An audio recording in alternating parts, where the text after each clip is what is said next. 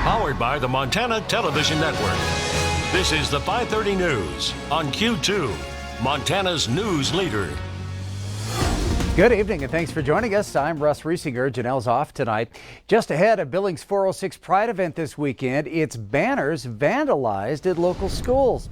Police have no suspects in the vandalism, which took place last night, but Billings police say these hateful acts have no place in our community. 406 Pride works with the diverse populations of Montana to build unity, acceptance, and fellowship, and to ensure that LGBTQ people are embraced as full members of society and throughout our community. Q2's Zoe Zandora standing by with information on the acts of vandalism that have taken place and a reaction to them. Zoe? To spread the word of the 406 Pride Festival, the organization hung banners with information about the event up at 3 different schools, one at Senior, one at West, and one at Lewis and Clark. Shauna Grubeau, the president of 406 Pride, told MTN that 2 of those banners, the one at Senior and the one at Lewis and Clark, have been slashed since the weekend, and the one at West completely stolen. Lieutenant Brandon Woolley of the Billings Police Department posted on their Facebook page today that they are investigating the act of vandalism. They also said on the Facebook post that they were amongst other banners, but were the only ones touched. Shauna Grubeau says she really is disappointed with what's really disheartening is that the banners were on school fences. Kids who are LGBTQ are the most vulnerable in our population, and we were hoping to send them a message of love, and it was acceptance, and instead they showed up for school today and they saw this. And we don't want kids to die because of who they love. That's the whole reason we started 406 Pride, because we wanted people to realize that they were a safe place in their own community, and it's the wrong message we want to send. Somebody in the community did go and tape up those posters. In response to the acts of vandalism, Shauna says she encourages the person who did it to come out and experience Pride. She says, "We will embrace you. 406 Pride is open to everyone." Russ?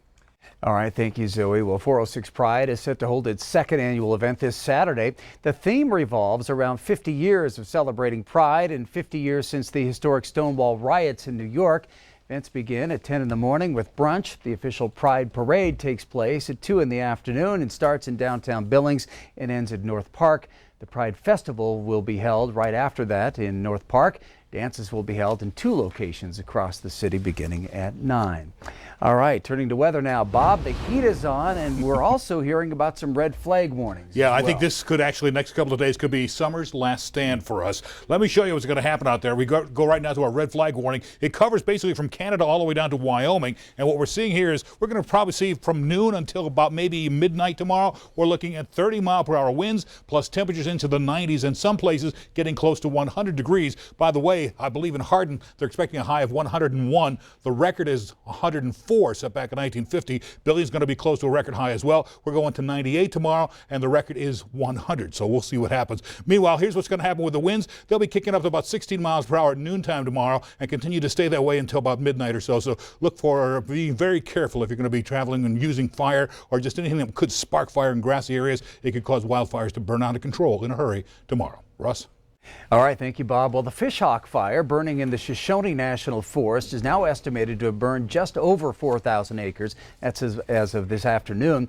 Fire's cause still unknown. Fire officials were able to do a flyover today with a plane outfitted with thermal imaging cameras to pin down the fire's size.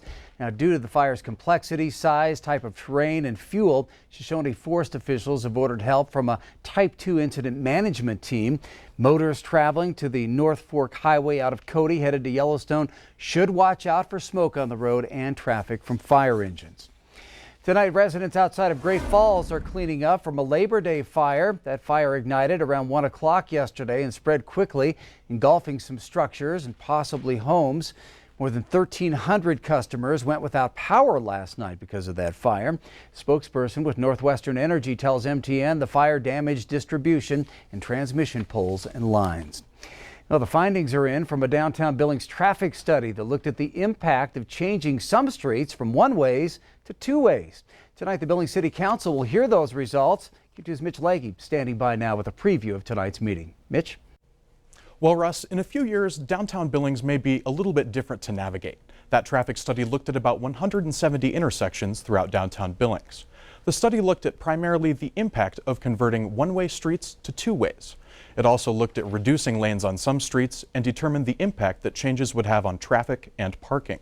The council will digest tonight's information and in the coming months determine exactly what it wants to change. Funding for construction still needs to be found, and the council will need to hear what the public thinks about any proposed changes. And I'll be watching the council meeting tonight, and we'll be back at 10 with more information. And to look at the study for yourself, find this story at ktvq.com. Russ? All right, thank you, Mitch. We're following reports of a string of power outages on Billings West End right now. Northwestern Energy has confirmed at least 800 customers in the South 24th Street area are without power right now. Number of reports along King Avenue West have also said that are also showing up on the company's outage map, and we'll continue to follow that, let you know what's going on. Also, the Lockwood High School doors are now open to the first class. Freshman class, the first chapter of the new school, and the first class that will graduate from it eventually. In February, crews broke ground to launch the construction of a new Lockwood High School, a $49.9 million project. Now, construction of the new high school set to be completed with updated security, a large gym, an auditorium that will seat up to 700 people, and spaces for career and tech education. Today, Langlis Associates brought the first freshman class, Dickey's Barbecue, for a catered lunch. Construction is on schedule, and the first class to graduate is now underway. Superintendent Tobin Navasio says it's a monumental moment for Lockwood and the community. Being able to enroll freshmen, have these kids start their high school career here in Lockwood. This is a great group of kids. It's going to be a real exciting experience for them. They get to be the leaders. They get to establish all the traditions. Yeah, it feels pretty good. I think it's an honor to be a part of the first high school team to compete for Lockwood, and yeah, it's a great feeling. Again, class underway now at Lockwood, the first class there. Well, it was originally thought to be a tragic hunting accident, but today trial got underway for the man accused in the shooting death of a former MSUB and Rocky team doctor. Greg Trude is charged with negligent homicide and tampering or fabricating evidence in the death of Dr. Eugene Buzz Walton. Trude waived his right to a jury trial. Instead, a bench trial is being held with the judge making the final decision. On October 21st, 2018, the two men were in the former Kmart parking lot in Helena after returning from a hunting trip. Walton was pulling his rifle out of the back of Trude's truck when Trude's rifle went off. Trude told authorities one round was in the gun's chamber, the safety was on, and he doesn't know how it went off. Defense attorneys said the person handling the gun has a responsibility to ensure it's always pointed in a safe direction. Now the judge could make a ruling from the bench as soon as that testimony wraps up. Well, there are parts of Montana where phones rarely ring and internet is as scarce as the next building you'll see. Here's a look at what's to come tonight at 10. Imagine life with no cell service or high-speed internet. It's an everyday reality for many Montanans. It's not like we live way up in the mountains. And it's more than just a simple inconvenience. If you don't have access, I don't know how you can do business. There's a lot of territory to cover. So, what's the solution to filling all this white space?